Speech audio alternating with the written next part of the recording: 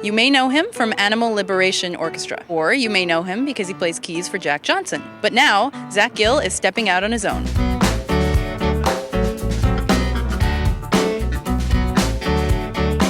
She was feeling the Yuletide burn.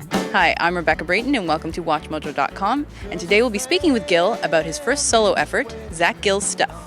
You played with ALO and Jack Johnson. Can you describe your solo effort? It's a real reflection of my personality. The guys in the van say my solo show is like hanging out with me in the van for for 40 minutes. It's a very similar thing, except I'm singing instead of talking. What I'm really enjoying about playing solo right now is just the flexibility of having just like me and an audience, and I feel really happy to be there with the audience, and I feel like we're kind of making this thing together. In the past, when you have a band, it's kind of more like a triangle, but between like making sure you're aligned with the band and aligned personally, and then also aligned with the audience. And sometimes you can get distracted from the audience. You can kind of just close your eyes, whereas now I feel really in tune with the audience. I'm really enjoying that. How has playing with all those bands affected your music now? There's that expression, I am a part of all I have met, which I always kind of took to mean that everything that you've experienced kind of is leading up to this moment right now. And it's really been that way with me. I mean, I've been in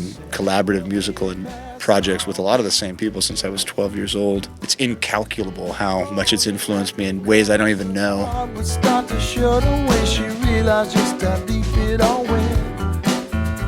Tried to forgive what was said, but was never really meant. You're a devoted father. How has that affected your music? I was young when I became a dad, and I was really scared.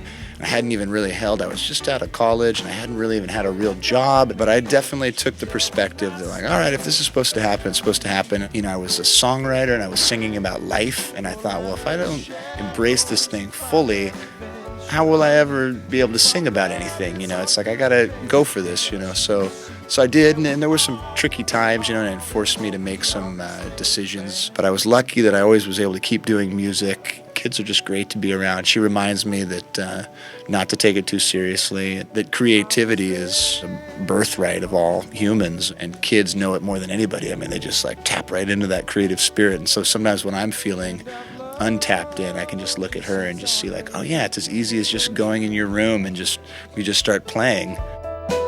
And I know we won't always be getting along,